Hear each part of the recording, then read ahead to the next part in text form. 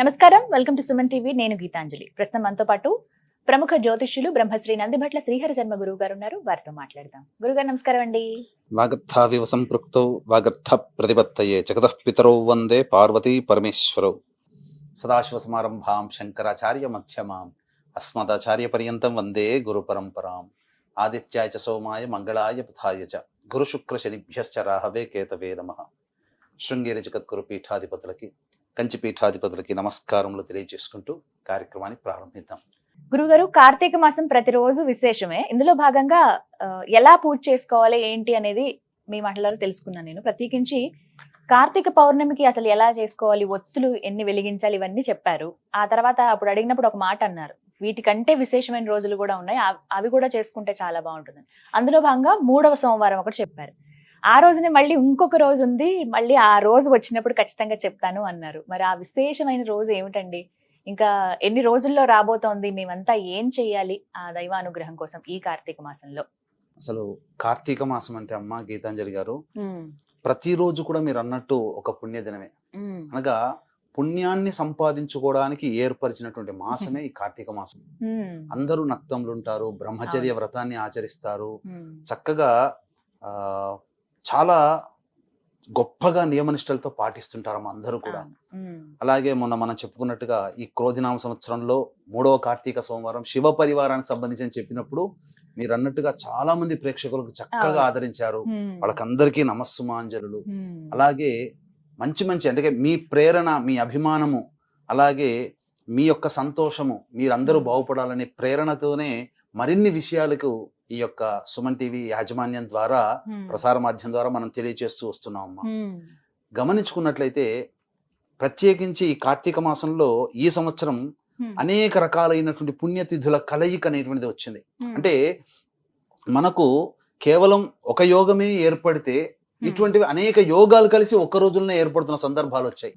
ఇంకా విశేషం 3వ కార్తీక సోమవారంలో ఆ విధంగా ఎలా అయితే శివ పరివారం వచ్చిందో, ఇప్పుడు ఇంకోటి కూడా ప్రత్యేకమైనటువంటిది ఏంటంటే గురువారం రోజున 21వ తారీఖు వచ్చేది.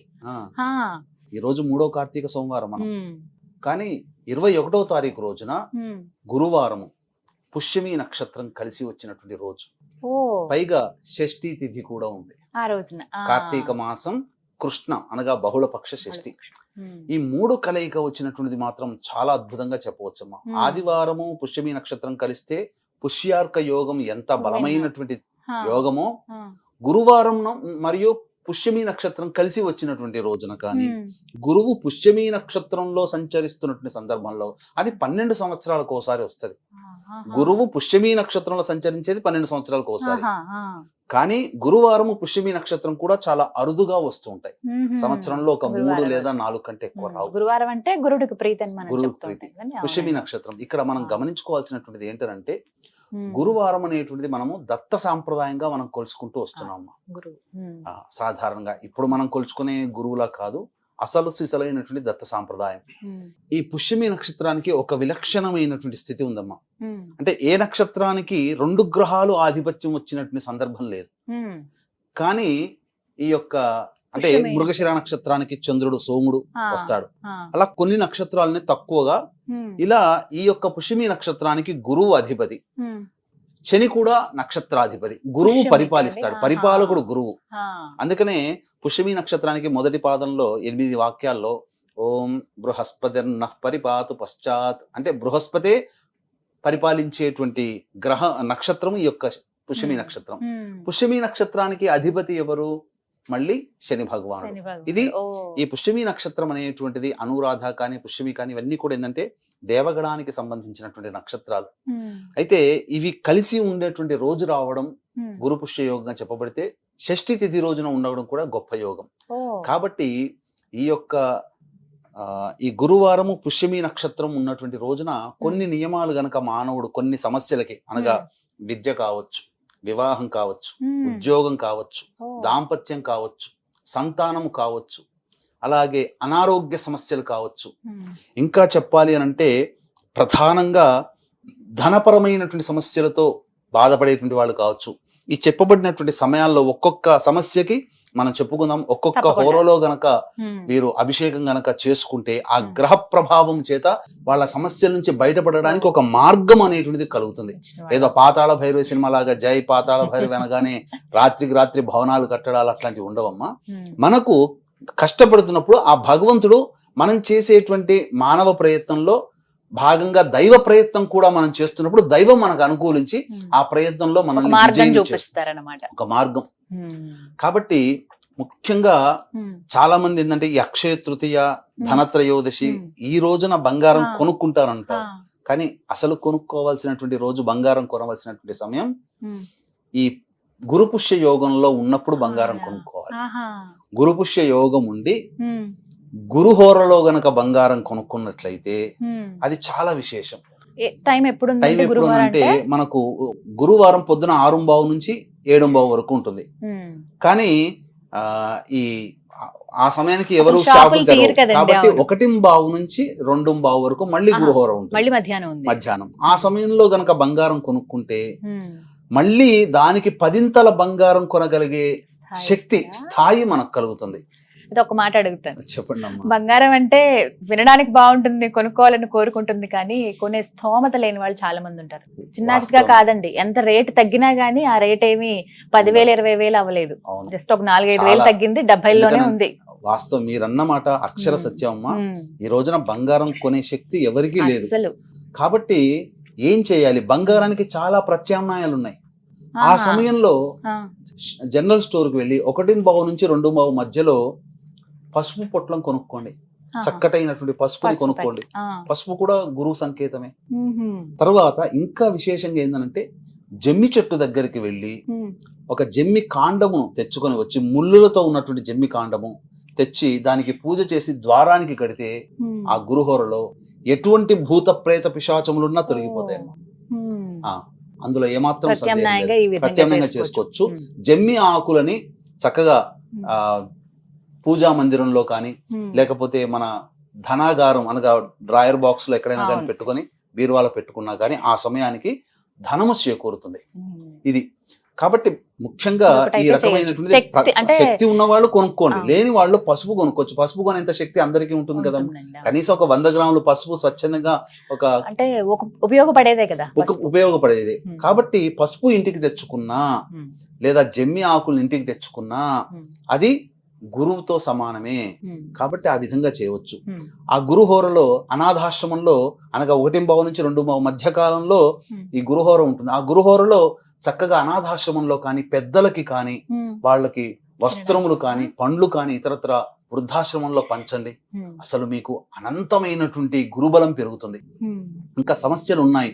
ఈ సమస్యలు ఉన్న వాళ్ళు కూడా ఇప్పుడు చెప్పబడింది విద్య, వివాహ, ఉద్యోగ, దాంపత్య, సంతాన, అనారోగ్య సమస్యలకి కొన్ని హోరలు అంటూ ఉన్నాయి. ఉదయం సూర్యోదయం నుంచి మొదలుకొని ఆ హోరల్లో గనక ఇప్పుడు మనం చెప్పుకోబోయేటువంటి వివిధ ద్రవ్యాలతో గనక అభిషేకం చేసుకుంటే వాళ్ళ సంకల్పము ఈ గురుపుష్య యోగంలో ఉండగా చేసుకున్నందువల్ల త్వరితగతిన వాళ్ళకి ఆ సంకల్పం నెరవేరుతుంది.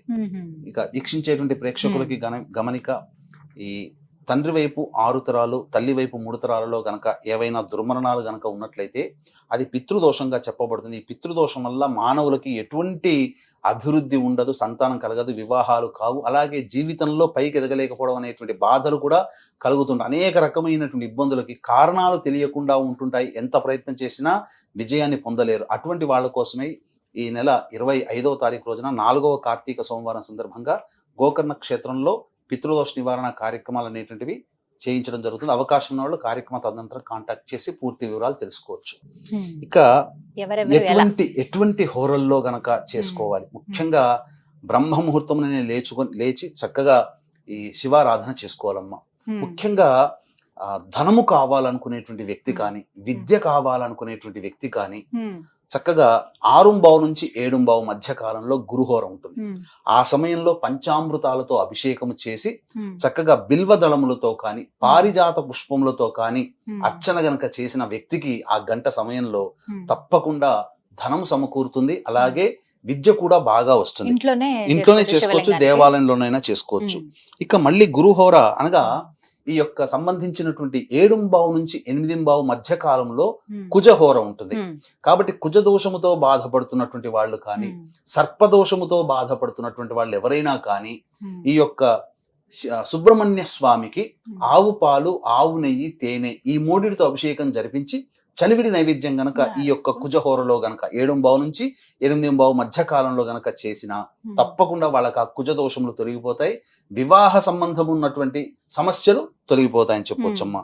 ఇక ఉద్యోగముతో బాధపడేటువంటి వ్యక్తులు ఎవరైనప్పటికీ కూడా 8 నుంచి 9 మధ్య కాలంలో చెరుకు రసముతో కానీ, చెరుకు రసం దొరకకపోతే బెల్లముని కలిపితే బెల్లం నీరు, ఆ బెల్లం నీటితో శివుడికి అభిషేకం జరిపించి చక్కగా ఈ సంబంధించినటువంటి నందివర్ధనం పూలతో గనక అర్చన చేసినట్లయితే తప్పకుండా వాళ్ళకి ఉద్యోగం లభించి తీరుతుంది.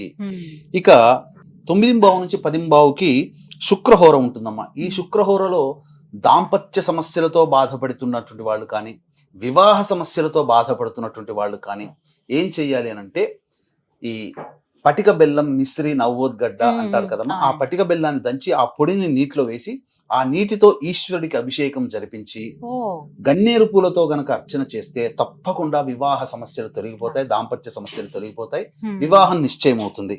ఇక వ్యాపారాభివృద్ధి కావాలి అనుకునేటువంటి వాళ్ళు చక్కగా తేనెతో ఈశ్వరుడికి అభిషేకం ఈ 7, 8, 9, 10 నుంచి 11 మధ్య కాలంలో ఈ యొక్క తేనెతో అభిషేకం చేసుకుంటే చాలా మంచిది.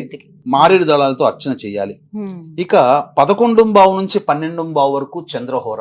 వివిధ రకాలుగా ప్రజా సంబంధమైనటువంటి వృత్తిలో, వ్యాపారంలో ఉన్న వాళ్ళు పంచామృతాలతో కానీ, ఆవు పాలతో కానీ అభిషేకం చేయాలి 11. ఇక 12 నుంచి 1 మధ్య కాలంలో, అనగా 12-15 నుంచి 1-15 మధ్య కాలంలో నవగ్రహాల చుట్టూ శివాయ నమః అంటూ ప్రదక్షిణ చేసి శనీశ్వరుడికి కానీ, శివలింగానికి కానీ నల్ల నువ్వుల నూనెతో అభిషేకము జరిపించి అన్నము, నల్ల నువ్వులు కలిపిన ముద్ద నైవేద్యంగా పెడితే చాలా విశేషం. ఇక 1 నుంచి 2 మధ్య కాలంలో ఈ యొక్క గురుహోర ఉంటుంది. అలాగే 1:30 నుంచి 3 గంటల వరకు ఈ రాహుకాలం ఉంటుంది. ఈ సమయంలో అన్నముతో అభిషేకం జరిపితే కుటుంబ వృద్ధి, కుటుంబ సభ్యులందరూ కూడా అన్యోన్యంగా ప్రేమతో, వాత్సల్యంతో కలిసి ఉంటారమ్మా. ఇది ఈ విధంగా షష్ఠీ తిథి రావడము, గురువారము, పుష్యమి నక్షత్రం కలిసి ఉన్నటువంటి రోజున జరగడము, ఇవన్నీ కూడా అద్భుతమైనటువంటి విషయాలు. ఈ చెప్పినటువంటి విధంగా గనక పాటించిన వ్యక్తులకి గురు అనుగ్రహంతో పాటు ఈశ్వర అనుగ్రహం సంపూర్ణంగా కలుగుతుంది. ఇటువంటి అవకాశాన్ని వీక్షించేటువంటి ప్రేక్షకులు ఎవ్వరు కూడా మిస్ చేసుకోకండి. ఈ కార్తీక మాసంలో ఉన్నటువంటి అత్యద్భుతమైనటువంటి యోగాలలో ఇది కూడా ప్రథమ తాంబూలము చెంది ఉంటుందని చెప్పడంలో ఏమాత్రం సందేహం లేదు. చాలా చక్కగా వివరించారు గురువు గారు. ఇప్పుడు రాబోతున్న గురువారమే కాబట్టి ఎవరైతే చేసుకోలేకపోయామని బాధపడే వాళ్ళు ఒకవేళ మిస్ అయితే గనక ఆ రోజున చేసుకున్నా కూడా మంచిదే. అందరూ ఈ పాటికి పౌర్ణమి చక్కగా చేసుకుంటారు, 3వ సోమవారం చేసుకుని ఉంటారు. అలాగే దీంతో పాటుగా ఉపవాసం ఉన్నా కానీ మంచిది. అవునా?